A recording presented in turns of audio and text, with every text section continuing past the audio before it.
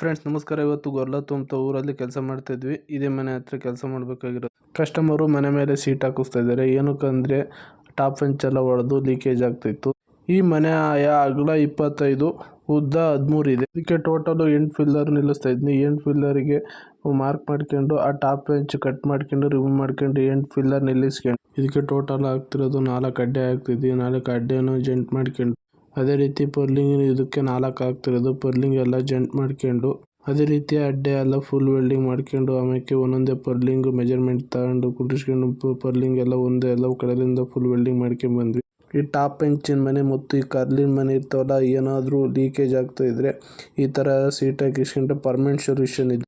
ಒಂದೊಂದೇ ಸೀಟ್ ಹಾಕ್ಯಂತ ಬಂದು ಎಲ್ಲ ಒಂದೊಂದೇ ಸೀಟ್ ಹಾಕ್ತಿದ್ದಂಗೆ ಫಿನಿಶಿಂಗ್ ತುಂಬ ಚೆನ್ನಾಗಿ ಬಂತು. ನೀವೇನಾದರೂ ಫ್ಯಾಬ್ರಿಕೇಶನ್ ವರ್ಕ್ ಮಾಡಿಸ್ಬೇಕಂದ್ರೆ ದಯವಿಟ್ಟು ಕಾಂಟ್ಯಾಕ್ಟ್ ಮಾಡಿ. ಏನಾದ್ರು ಡೌಟ್ ಇತ್ತಂದರೆ ಕಮೆಂಟ್ ಆಗಿ. ಇಲ್ಲಿ ಬ್ಲಾಗ್ ಮುಗಿಸ್ತಾ ಇದ್ದೀನಿ. ಈ ವಿಡಿಯೋನ ಇಷ್ಟ ಆಗಿದ್ರೆ ಲೈಕ್ ಮಾಡಿ, ಸಬ್ಸ್ಕ್ರೈಬ್ ಮಾಡಿ, ಬೆಲ್ ಐಕಾನ್ ಮಾಡಿ. ಮುಂದಿನ ಬ್ಲಾಗಲ್ಲಿ ಸಿಗ್ತೀನಿ. ಓಕೆ, ಅಲ್ಲಿವರೆಗೂ ಬಾಯ್.